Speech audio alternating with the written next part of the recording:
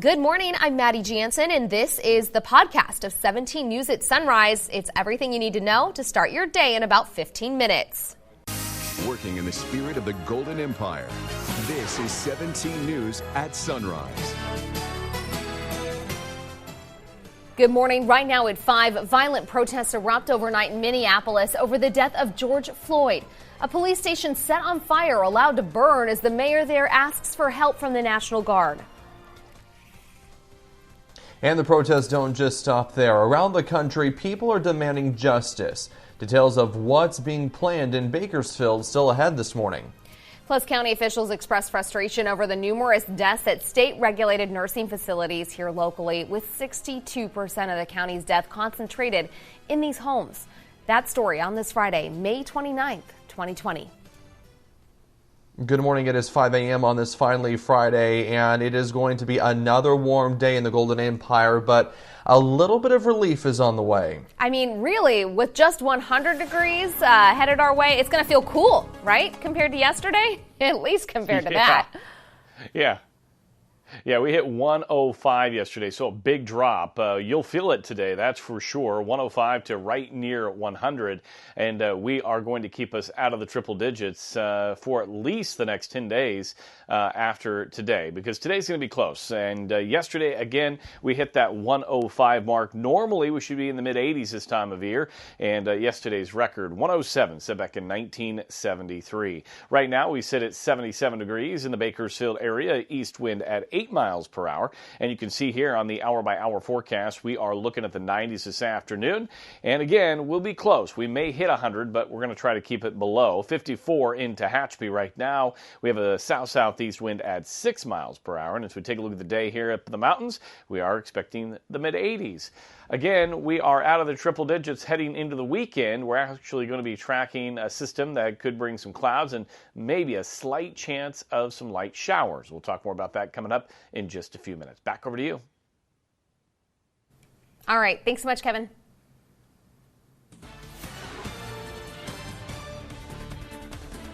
Fiery protests in Minneapolis over the death of George Floyd led to a police station being evacuated overnight.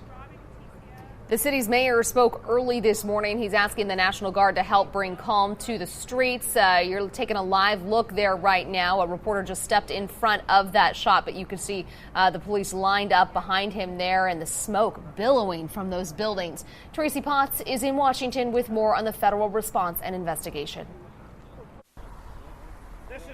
A police precinct in Minneapolis evacuated overnight after protesters rushed in, setting fires. The city's mayor ordered everyone out. It became obvious to me that safety was at risk. The symbolism of a building cannot outweigh the importance of life, of our officers or the public. The public on edge as looting runs rampant. What's this proving? What is taking all the stuff out of Target going to do?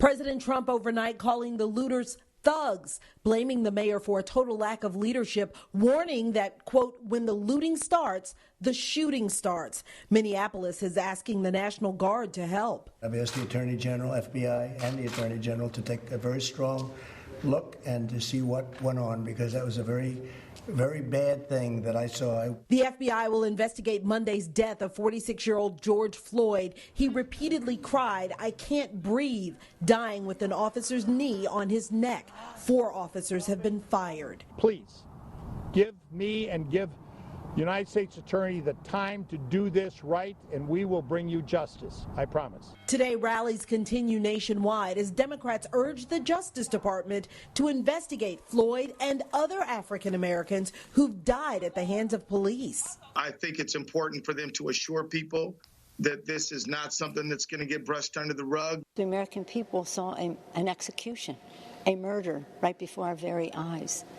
It wasn't self-defense. There has to be justice. Protesters are demanding criminal charges as new video from a Park police officer shows the aftermath of the incident.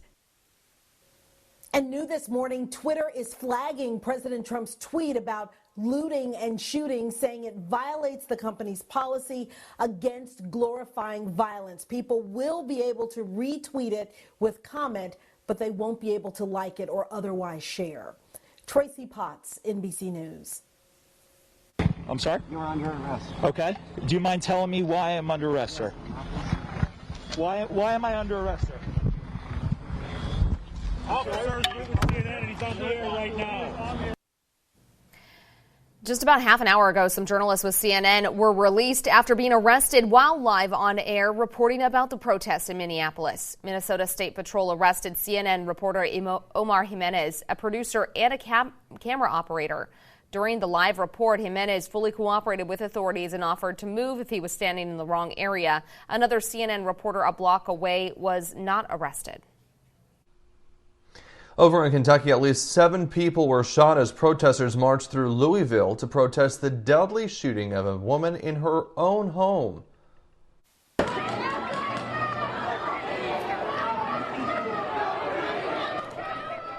Police say all the victims were civilians and one person is in critical condition.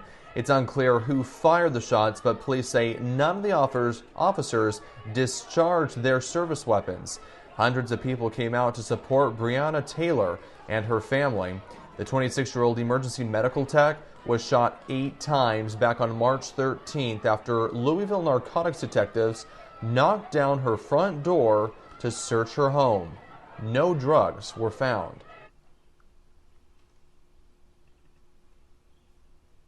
And a protest over the death of George Floyd may take place in Bakersfield today. 17 News has seen several posts on social media with this image saying Black Lives Matter. Activists will protest outside the Bakersfield Police Department in downtown Bakersfield.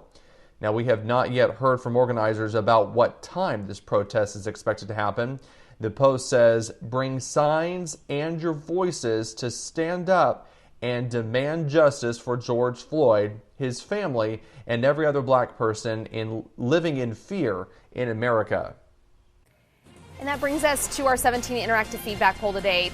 We are asking, should the officers involved in George Floyd's death face murder charges? Call or text us at 888-4617. Press 1 if you think they should, and 2 if not. You can also text, tweet, email, or Facebook your comments. Once again, our interactive feedback phone line is 888-4617. We'll air some of your comments and have the first results coming up this morning at 5:30. Back here at home now, the mothers of the Bakersfield 3 are thanking the community for their support and vowing to continue looking for answers in the 3 cases. We just wanted to come on and say thank you so much for all of your prayers and well wishes during a really difficult time.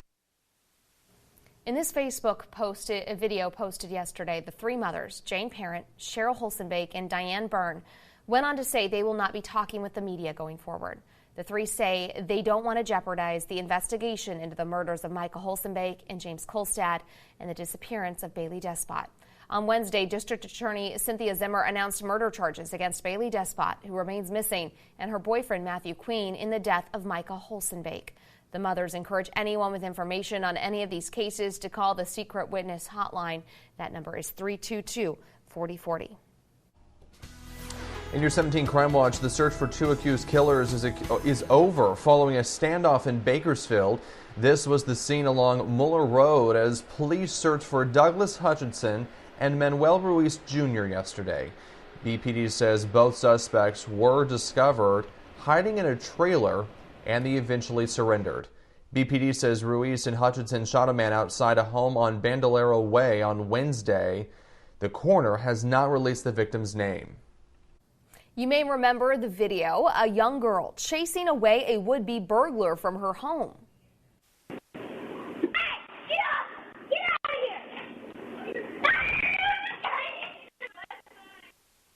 Well, now that man's in custody. The Pendley family told us the man, identified by Kern County Sheriff's Office as Michael King, tried to steal from their garage in Northwest Bakersfield, but he didn't see 10-year-old Lola in the SUV, and she jumped out and scared him off. KCSO arrested King in Wasco. He's been booked for burglary and theft during a state of emergency. Now to the latest on the coronavirus here in Kern County. Yesterday, Kern Public Health reported 66 new cases and 1 new death. That brings the total to more than 2,000. But less than a third of those currently infected are infected with the virus. More than 590 people are recovering at home, and another 39 are in the hospital. 37 people have died from the virus, more than half from local nursing homes. More than 1,300 people have recovered. More than 21,000 tests have come back negative, and around 950 tests are still pending. As we mentioned, a majority of the deaths have come from local assisted living facilities. Kingston Healthcare Center has reported 54 healthcare workers and 80 residents tested positive for COVID-19 so far. 18 residents have died. At Valley Convalescent Hospital, 19 healthcare workers and 40 residents have tested positive, and 4 residents have died. Orchard Post Acute has confirmed 1 death. 23 deaths out of our 37 total for the county, or 62%, are at these assisted living facilities. That's leaving county officials frustrated with state-regulated homes as they continue to struggle with curbing the number of cases and deaths. Kern County Administrative Officer Ryan Alsop says the state should have done more during the beginning of the outbreak to protect the most vulnerable in these facilities. I would have liked to have seen the state of California deploy more resources, put an army of people out throughout the state in the earlier days of this pandemic, that they had the appropriate PPE, that they had the appropriate hygiene controls and monitoring, and that testing was being done. That should have been done in the early days of this pandemic, and I'm frustrated by that. The state had sent down a team of medical professionals to help Kingston Healthcare Center meet its staffing needs. But as of Wednesday, that team left the facility because Kingston officially submitted a plan indicating they will be able to achieve required staffing on its own. Meantime, the county continues to send its own team to help out several facilities throughout the Golden Empire. We reached out to the California Department of Health, and they said they're working on a response. Your time now is 5:12, and still ahead this morning on 17 News at Sunrise. Phase 3 of the governor's reopening plan could be days or even weeks away. Yeah, still one industry that's supposed to open in Phase 3. Gyms are getting a head start in Kern County. We'll explain coming up next. Welcome back. While businesses like barber shops and hair salons have been given the green light to reopen in Kern County, owners of other businesses that remain closed are growing anxious. 17th Amber Freya spoke to gym owners who say they've been ready to open their doors for weeks. Most gyms and fitness centers have been closed for over 2 months.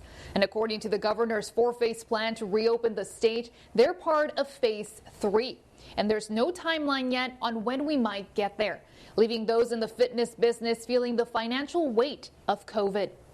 With each day, we know we're kind of seeing this business that we built up starting to degrade, and we're just ready to reopen safely.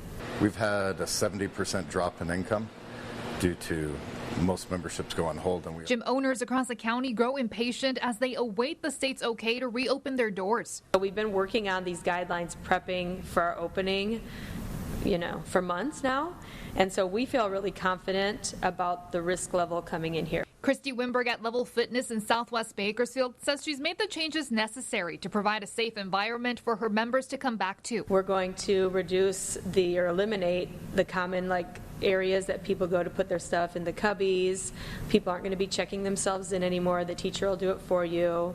Our doors are going to be locked until 5 minutes before class. The teacher will prop the door open. So reducing all the touch points that people have. At Back-to-Back Sports Complex, changes have also been made. We will be closing, we know, 6 times a day, shortening our hours, eliminating scheduled classes, just doing open gym for when we first start out, and keeping the capacity cut down to 60. Both fitness centers say they are ready and anxious to open their doors, but the state hasn't given the okay yet. So what are we supposed to do? Is just sit here and starve to death? Just sit here and just dry up until they're good and ready and can make up their mind as to what we should or can or cannot do? Nobody can live under those conditions. They're treating this lightly as though this really doesn't matter. Like they're just going to, go to sleep and wake up and everything's going to be okay. You're talking livelihoods here. You're talking blood, sweat, and tears. Mark Pacheco at Strength and Health Gym felt the heat when he was forced to shut down in April. but he went about things a little differently. I worked really hard, struggled for many years to build up this place the way I did for the last 8 years, and I wasn't about to let that happen. Pacheco reopened a few days later, despite state guidelines. I kept them closed for a period of time, but slowly I began kind of ramping up out of survival, out of necessity, and people may demonize me for that, but here I am still standing, and I think it was a good decision. His decision didn't come without consequence. Pacheco's business was cited by the Public Health Department. Still, he remained open and says he is working with legal counsel to appeal the citation. From Southwest Bakersfield, Amber Frias, 17 News. And looking ahead to tomorrow, a local fitness studio wants to raise money for a nonprofit that helps kids with serious illnesses. Level Fitness says it's hosting a virtual fitness class to raise money for the Mendaburu Magic Foundation. They'll also have a giveaway for a gift card to Jacinto Grill, with the proceeds all going to Mendaburu Magic.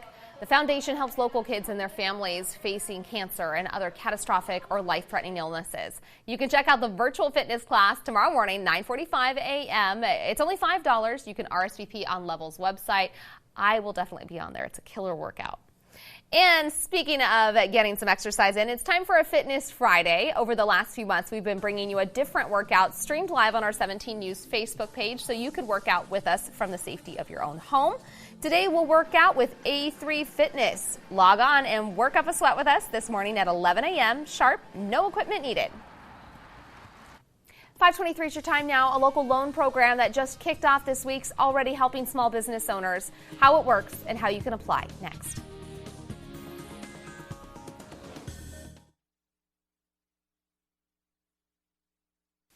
KGET Business Watch is brought to you by Grapevine MSP Technology Services, the Valley's leading IT service provider. Welcome back. The new program aimed at helping local businesses get back on their feet is already making payments. And at this time, I'm happy to say that these forgivable loans are being issued. There are businesses today that are being written checks or having money wired into bank accounts today. That's County Administrative Officer Ryan Alsop. He says he couldn't give exact numbers, but he does say the program is very busy since applications opened up on Tuesday. The county is working with 4 banks to give forgivable loans to small, locally owned businesses. The loans must be used to pay employees and help pay the cost of rent, mortgage, or other bills. We have more information on our website, kget.com. If you're not riding trains much these days, it appears you're not alone. Amtrak says its ridership is down 95% since the pandemic started. So now it will have to lay off 20% of its workforce. The layoffs will happen between now and October when the company's new fiscal year begins. Amtrak is a for-profit company owned by the federal government. While it has received emergency funds from Congress, the company's CEO says it can't rely on that in the future.